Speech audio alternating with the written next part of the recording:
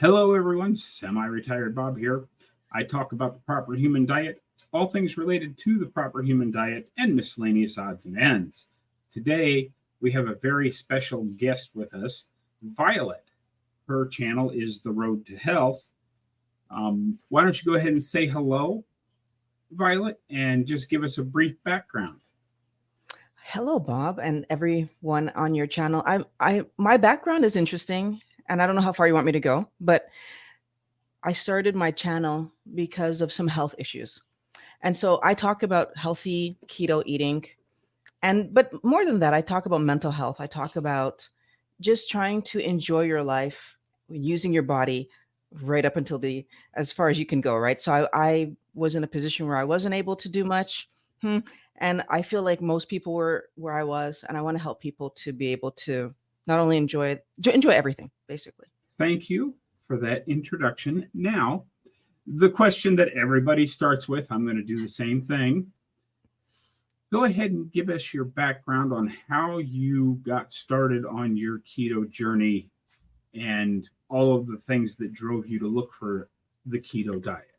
So I would say that about at this point now, it's 7-ish years ago, I started to have some pain in my hip. And pain wasn't new for me, I'll put it that way. Around 23, I started to have joint pains in my knees. And as time progressed, elbows, shoulders, back. But the pain in my hip about 7-ish years ago now, it's funny to even think about that, was different. It was like quite intense, and it came on quite suddenly and stopped me from being able to pretty much walk normally. And so uh, at the time, I kind of thought because I was overweight, oh, probably a weight issue. So I did like, I don't even know how long, maybe half a year of trying to lose weight and, typical diet, right? So low fat, being very careful of what I was eating, cut out the junk food. And funny enough, didn't lose any weight. But during that period of time, I wasn't able to exercise, but I was able to go for walks, which, I mean, I went for the walks even though it hurt, but I was able to do that. And that meant I wasn't snowboarding or like doing any of my activities at all. And the one thing I noticed during that process was walking helped. So because I figured out that walking helped, I started to do some research of like, okay, why would my hip be hurting me, but when I walked, it didn't hurt? And that's where I came across this idea that I might have an inflammation issue. And I didn't believe it to be true because they were saying the causes of inflammation was overeating sugar. And I'm just like, well, I had never heard that before, first of all. And being like coming from the science world, I was kind of surprised that I didn't know that to be a thing. But also just I didn't think I was eating that much sugar because I wasn't actually eating any junk food at the time. So I'm like, well, it's been 6 months, no sugar. So why am I still having this problem? And then I did more research and learned that, well, they meant all carbohydrates, which again, now that was a, oh yeah, moment for me. And I was like, okay, yeah, I should have remembered that all carbohydrates are sugar, etc. And that took me into this world of, well, how would I even cut down my carbohydrates to solve my inflammation? And that's how I actually found the keto diet. And then for a month and a half after finding this diet, I wrestled more with this, not believing that it could be true. Because how could I not? Again, this whole idea of how could I not know this information that's searchable, findable, right in front of my face? Why don't I know this? I took a month and a half before I decided that the scientific evidence, because I started to look for some research, was showing me that, okay, no, there seems to be some foundation to this. And so I decided to try it. That was April 20th, 2018. You say you got started because of the pain in your hip. About how long did it take that to correct itself? And did you have any other noticeable effects of going to a keto diet from a standard American diet? That's a funny question because So people ask me how long from when I started to when the pain went away. I don't actually know the answer because I started the diet, and the first bit of it, which we could talk about later, wasn't great.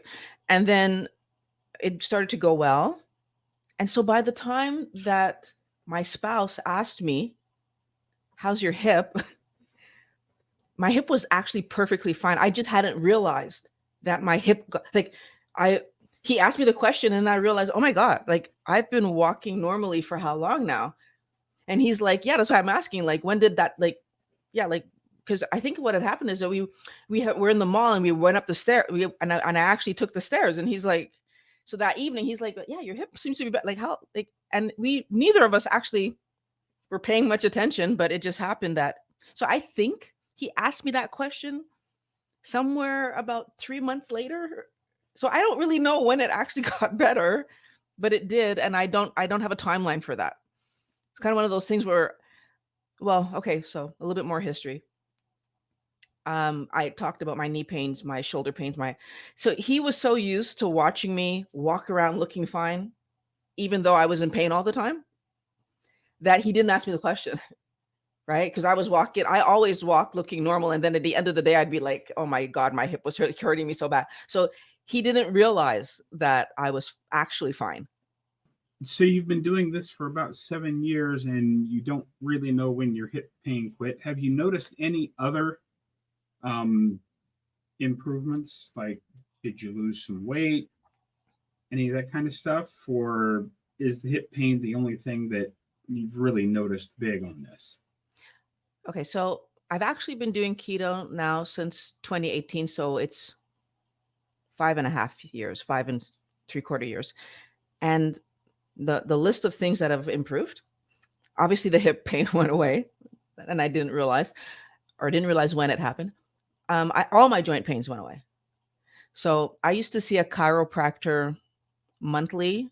By the time I started keto, well, I was monthly a few, maybe 6 months before I started keto. I went back to being weekly because of the hip. So I was back to weekly at that point. So all of my chiropractic appointments have since been dropped. So that's the physical. Mhm. The mental clarity. I It's interesting to me, the energy that I have, the focus that I have. I read on and watch stuff and educate much more than I was doing before. Food wise, well, we can talk about like whether, like how keto I am, but food wise, I've been able to eat healthy every day for like it's crazy to me that I'm not chasing garbage anymore. I'm not even interested in, like, I haven't had a chocolate bar in 5.5 years, which anybody who knows me would know how weird and strange that is. And so the weight loss I lost, well, I say 70 because that's when I started actually tracking. But in fact, I know it's more than 70. I just, at the beginning of this, I was thinking pain only. And so I wasn't even checking. I didn't step on a scale until my clothes were looking a little different. So I don't know how much that first bit was, but I was 70, at least 70 pounds heavier than I am right now. And previously, you mentioned that first little bit of your keto experience. Can you elaborate that on that just a little bit and then go into how you would recommend people actually start the keto diet, taking away from what you learned? I'm one of those people that I like to I like to be aware of everything that's going on for me. So I never touched anything. Like I didn't touch any kind of substance because I'm like, I'm not interested in that. And then when I learned that carbohydrates was causing my pain, and all I needed to do was eat 20 grams of carbs or less, I'm like, okay, easy. First of all, I don't like fruit, so that's like not a problem. Second of all, I barely eat vegetables, so that's not a problem. So truthfully, what I was doing was making a switch. I'm going to stop eating rice and pasta and potatoes, and I'm going to try to eat some vegetables, because in my mind I needed them on my plate, or I need something on my plate beside the meat. And I thought this was going to be so easy. And then I would say 3 days in, I was having withdrawal symptoms, and I was in complete shock. Uh, like, I know what withdrawal symptoms are, and to see myself having them, first of all, was confusing. I was insanely hungry, even though I knew I was eating. That was another thing that was really strange. And like, so I'm eating and I'm in ravenous, and I'm headachy, and I'm cold sweats. Like, it was crazy to me what was happening. And interestingly, it lasted 2, 3 days, I think 2 days. And then I was fine. Now, the only reason that I pushed through was because my hip pain was worse than what I was going through. And in my mind, at the beginning of it, I thought maybe I wasn't eating enough. And so in reality, I wasn't eating enough. So that was part of it, but not in the way that I thought. I thought I wasn't eating enough. I was just not eating enough fat. So I still had that low fat mentality that allowed me to leave off my plate anything that was fatty, which meant that I took my carbs down, kept my fat low. And so I was kind of hungry for real, but also I was just jonesing after everything I could see that was carb. So that happened. I had a really hard time for those 3-ish days. Then you go forward. Once I actually learned that I could eat a little bit more fat, that helped. And then I would say the first week 2, much easier. Week 3, so the beginning of the 3rd week, I actually, again, people who know me I actually moved my daughter's chocolate bar from here to here and didn't have the thought to eat it. And that was the first time, I think, in my life that I touched chocolate and didn't think, that would be good to have right now. And that was my first indication that something in my mind was actually changing. If I were talking to somebody about how to start a keto lifestyle, the first thing I'm saying to you is look at it as a lifestyle. This is not a diet. And if you try to treat it like a diet, you're going to make the mistake that we've all made. I've lost weight in my history and put it back on. And it's frustrating when you lose weight and you then slowly, or sometimes quickly, as I've done quickly, put it back on. Because not only are you not keeping to what you wanted for yourself, but it's damaging to the body. And I think the number one reason that we end up putting the weight back on is a mindset thing. This is a diet I'm using to get from here to here. And then once I get there, I don't have to think about it anymore. And that's the mistake. So I encourage everyone, whether you're doing carnivore, keto, it's a lifestyle. Whatever you've done to get here, you'll need to keep doing to stay here. So that being said, the second thing that I encourage people to do, find recipes that you like. And people always ask me, well, Violet, what do you eat? You don't want to eat what I eat. I'm so not, I've never cared about food. What would get me is that I like snacking and I like French fries. So of course I was overweight. But an actual meal, I couldn't care less. And that's always been my life. So I don't think that it's about specifically what any person is going to give you as a meal plan. It's more, what's your personal meal plan going to be? And then you need to know how much carb is 20 grams of carb, which I think is the other piece of the puzzle. It was surprising to me to find out like what 20 grams of carb from rice looked like. And I quickly, when I did that little bit of math, rice, potatoes, pasta, how much could I eat versus broccoli, cabbage, whatever other vegetable, how much would I get to eat? Saw the logic in, I'm just not eating those things anymore. Everybody has to do their math, right? And if you do your math, so you know your meal plan, you're seeing this as a lifestyle, then the next step is, am I jumping in or am I slowly walking into it? I'm a jumping kind of person, as you can tell from my story. And yes, I live withdrawal. And it was hard, but I'm happy that I did it that way because the one thing that I got out of that is that I would never put myself in a position to have to go through that again. My spouse walked in slowly, right? And I've seen lots of people that they're able to walk in slowly. So take this away one week, take that away the next week, and just slowly whittle down until you just get to 20 grams. That works for a lot of people. It worked for him. But I've also seen a lot of people who do it that way end up taking stuff back in. So you have to know yourself. If you can do that and then just don't touch it anymore, fine. If you're like me, because I know I couldn't do that, I would have touched it again. So living that little bit of negative, though, I think gives me motivation to stay where I am. Also, I happen to have violet syndrome. So every time that I eat more than my limits of carb, my hip pain loves to come back and just slap me around a little bit and say, "Hey, you're not supposed to do that." So um, that keeps me on track too. I'll be honest. It's not fun.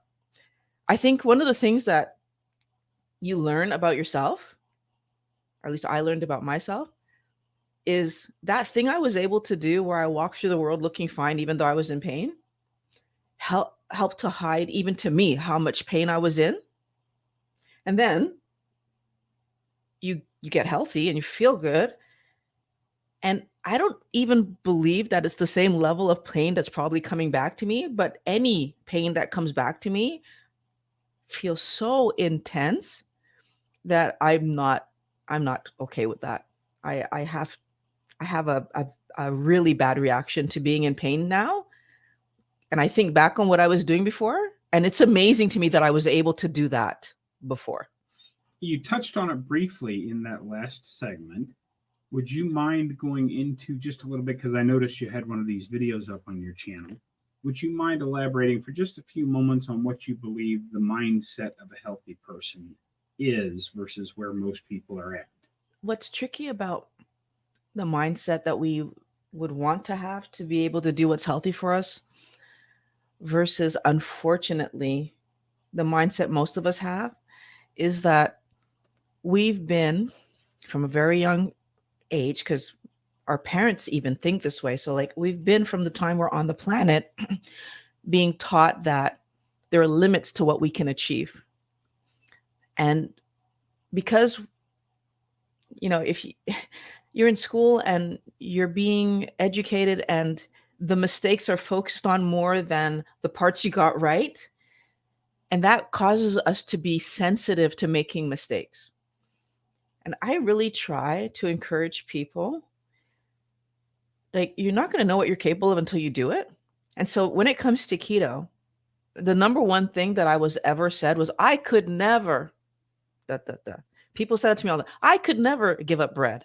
I could never stop drinking soda. And you're right. If that's the mindset that you have, that I could never, then you would never. I feel like that's the hard thing, is that people who get healthy, first of all, it's more than just try. They set an intention to do it for X amount of time. This is the other issue, is that if I see keto as a diet, though, then that time frame is also a time limit.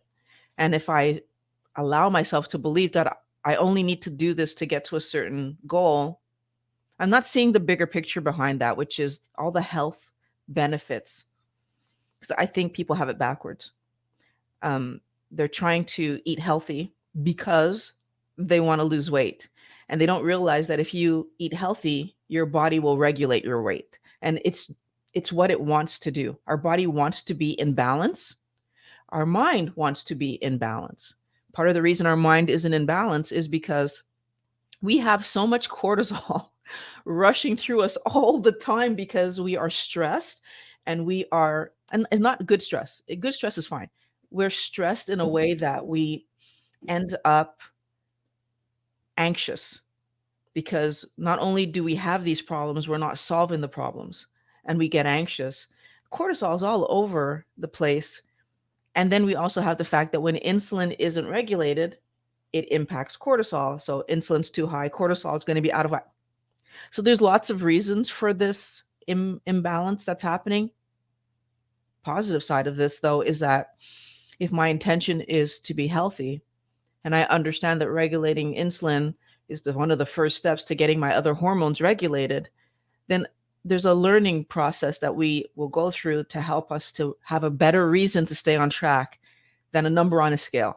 So I think that healthy people allow themselves to learn not just what to eat, but why you're eating what you're eating and what the bigger impact is going to be on your overall health, rather than just focusing on what I get to wear, or how cute my bathing suit's going to look, or whatever the reason, like the party I'm going to and I want to fit in this outfit. I think those are the wrong reasons. I've actually had people tell me that they go on diets so that they can overeat on vacation. Again, the wrong reasons. And if you don't have the right mindset, you will yo-yo diet. And we've known for years yo-yo dieting isn't healthy. Just so that my people have a general idea of what life is like for Violet when it comes to actually eating, would you mind walking us through what an average day or week of food looks like on your keto version? Oh, that's interesting. An average day for me is waking up whenever, like, so I wake up in the morning. I'm a late riser, but somewhere between 7 and 10, depending on where I'm working. And I will live my morning until I feel hungry. So, because we don't realize this, but the hunger signal and the thirsty signal is the same signal. We only have one signal for that. So I'll just go through my morning until I feel hungry, and that's the first time I'll have a coffee. And that could be anywhere from, let's say, 11 till 2, somewhere in there. I'll have my first coffee. And then I might have another coffee in the day, or I might have supper. It depends. It depends on if I get thirsty again. And my supper is whatever I have taken out. So I'm one of those people where I do say that I'm keto because I am not opposed to eating veg. And maybe twice a week, I'll have an avocado or some olives, or I might have a salad. So twice in my week, I might have one of those things. And I'm having some meat. And I eat at least a pound of meat, I'd say, per day. And I eat my meal usually somewhere around,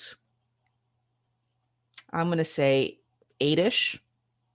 Could be a little earlier, might be 7:30, might be a little later, 9, but somewhere around there. Okay. And you touched on this just a little bit.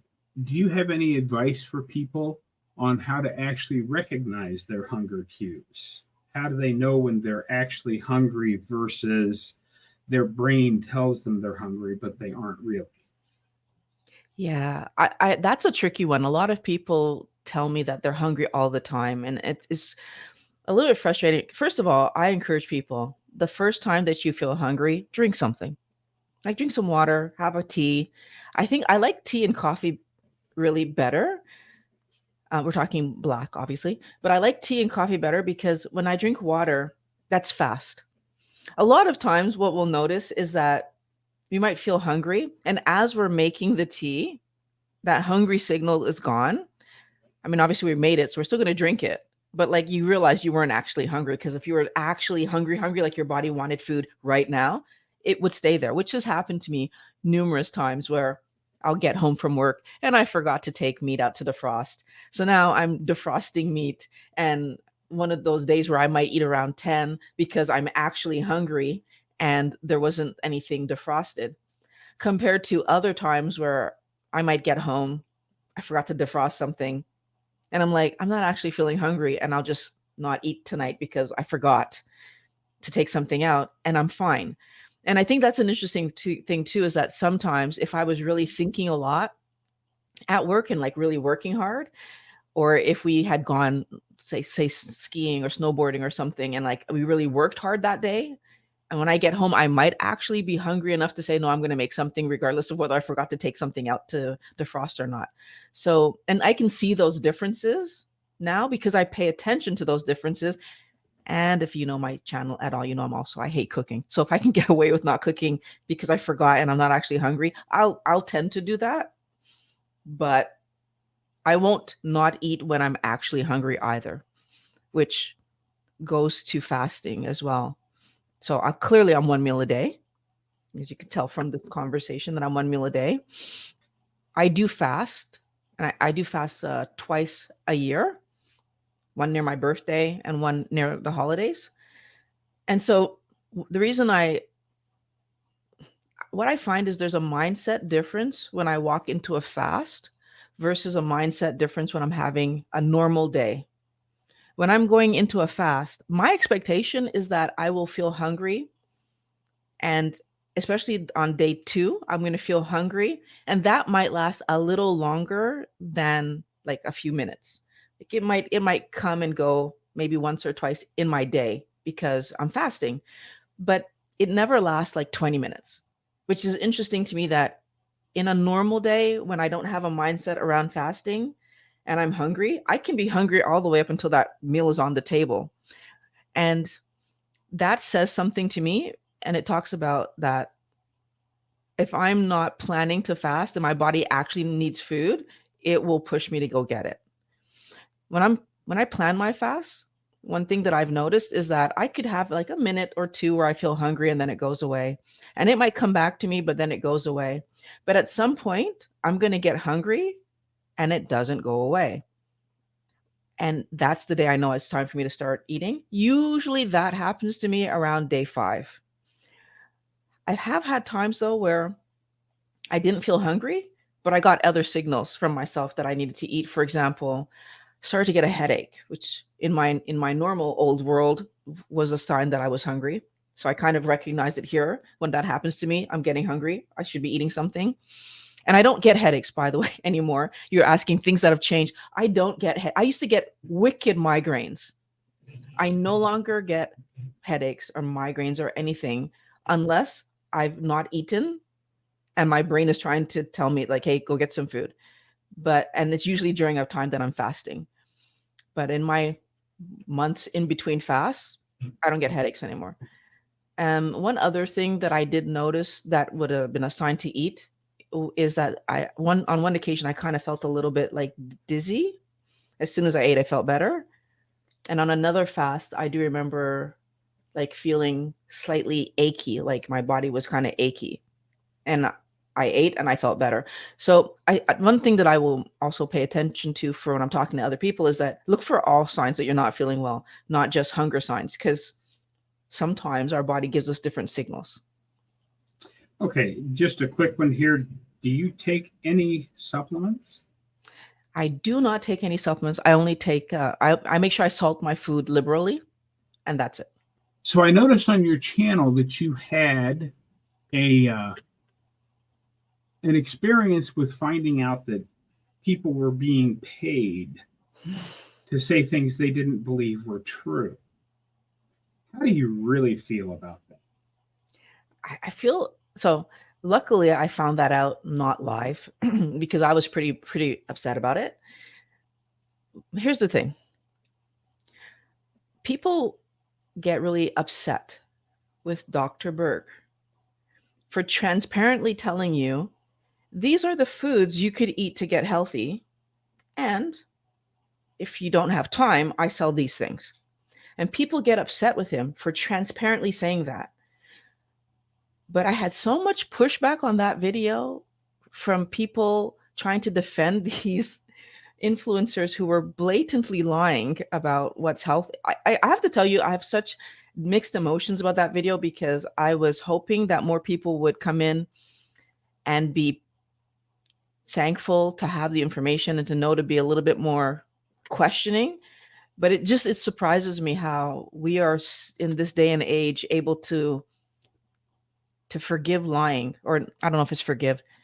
I think some people just want to save the planet so much that they're so focused on us not eating healthy foods, so healthy meats, that they're willing to lie to us. And they don't realize that the companies have a different motive. The companies are not trying to save the planet because all of what we're doing in farming is harming the planet, all of it. And that's the sad part here, because I definitely agree we should treat our animals better. As they're feeding us, we should treat them well before they become food. I 100% agree with that. But I also agree that we should be careful how we're farming, because there are people who are going to continue to eat veg. That's 100%. I know that. How are we farming? So that finding out that those influencers could care only about their income and not about the damage that they would be doing to people's lives is really frustrating, because I think at the moment that a company is paying you to say things that your own background, says you're a nutritionist and there was one doctor, your own education background told you was not true, and they're paying you to say, then don't you start questioning everything else the company says? And they, instead of doing that, took the money and said the lie. And that, I think it hurts more though, so that it hurts because it stops you from being able to trust people that have degrees that are supposed to be using their degrees to help your health. That hurts. And I think that more people need to look at it from that perspective. They're only looking, I feel like most people were reacting based on the planet side of things and not reacting to the reality of what does that mean that they are lying to you about what's healthy to eat.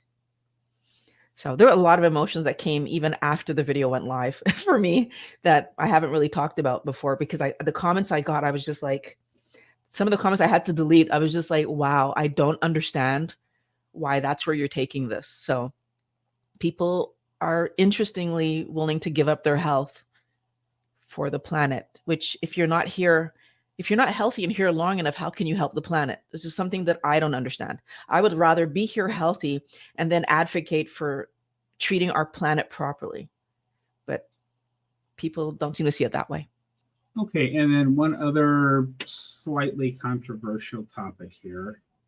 You as a YouTuber, you did a video on the keto carnivore doctors and influencers being pushed down, shall we say, because of that 3-letter organization that we're not going to mention in this broadcast. Okay. But I know what I've seen in my statistics, and I'm just curious, have you noticed any impact on your channel from those particular situations?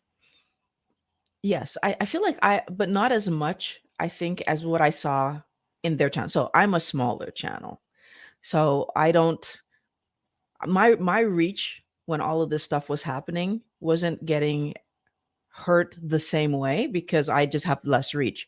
But the number one thing that I noticed was that the reality of my own searches, my own, like just what's in my feed, my own curiosity, every time I looked for something, I wasn't seeing the people I was used to seeing. And this is even me searching in the browser that I normally search on, that YouTube knows that these are the people I want to, and I'm still not seeing them. And I thought that was odd. So to his point, I do think that that's exactly what was happening. And for my channel, I mean, I do hope that they solve this problem, because if they're being censored, then what chances do channels like mine have? Unfortunately, yeah, it's gonna have an even bigger impact on me. I just didn't, and maybe I've always been having.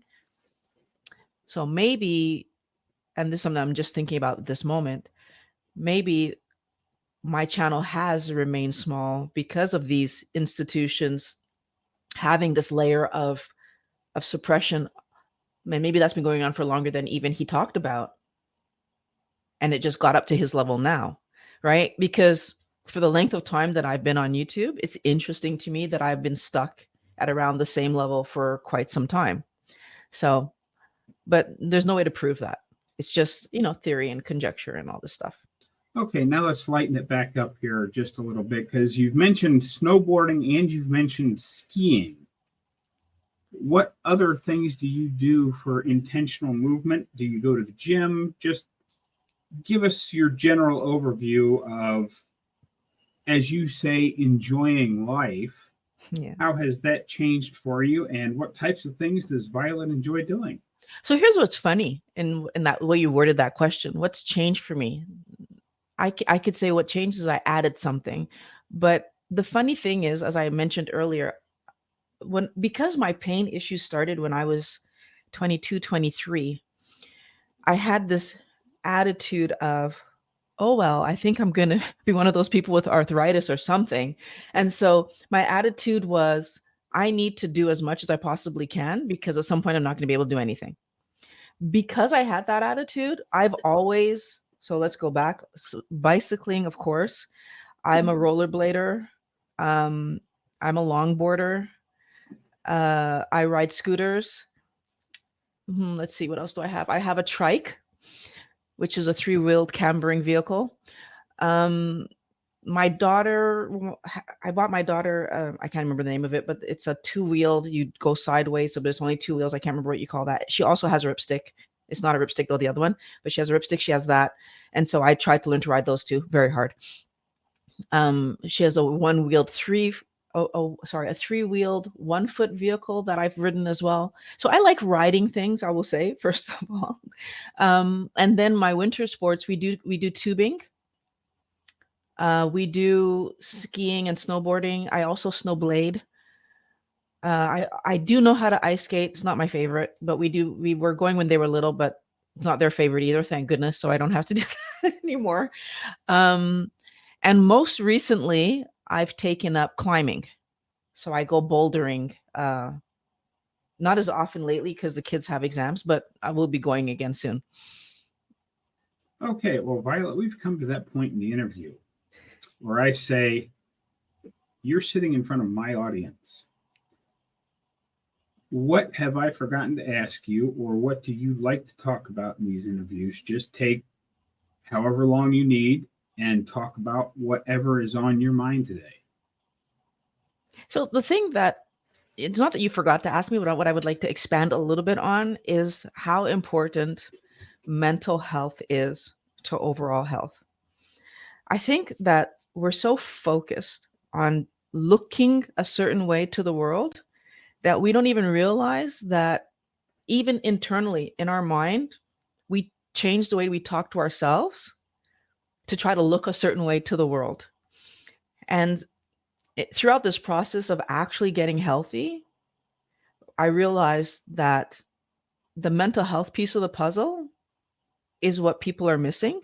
So I'm talking to myself a certain way, and that means that I don't end up giving myself permission to try something and maybe make a mistake, because what if that person sees?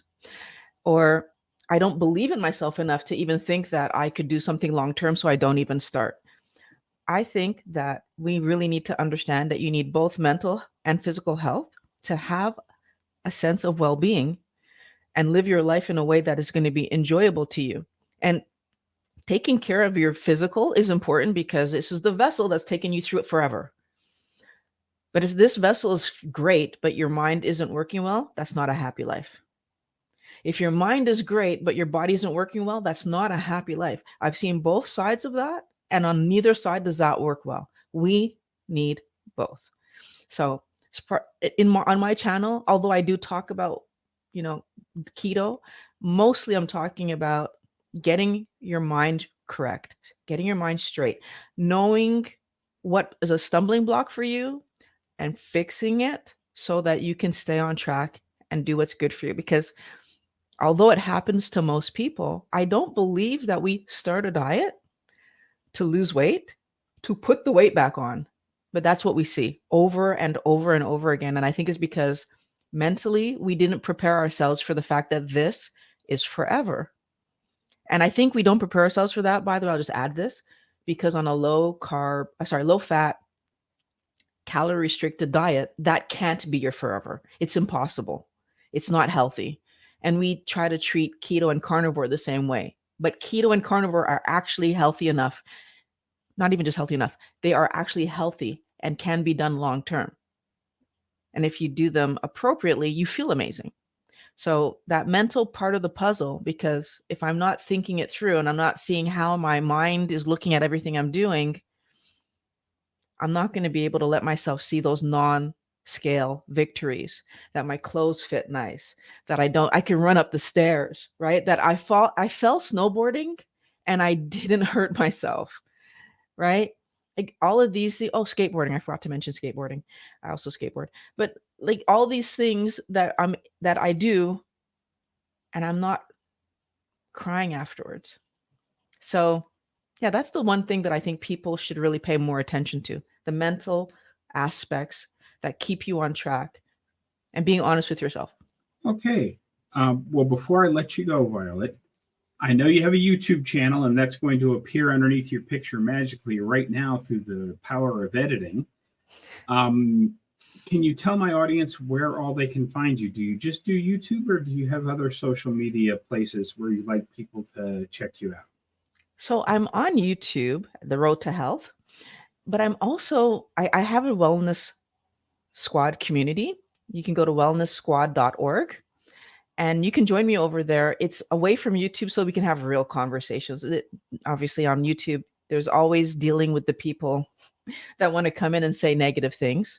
So over there, I have better control, and we can have conversations. You can actually have a conversation with myself, with the other members, and I can block people and kick them out if they're not behaving appropriately. So I do appreciate that ability to make sure that everyone who's in there is there because they want to get healthy and they want to be both mentally and physically healthy. Well, everybody, don't forget, get down in the comments and thank Violet for her time today, because everybody's time is important. Don't forget, get out there, be 1% better today, tomorrow, every day. Have a great day, folks. We'll see you in the next one.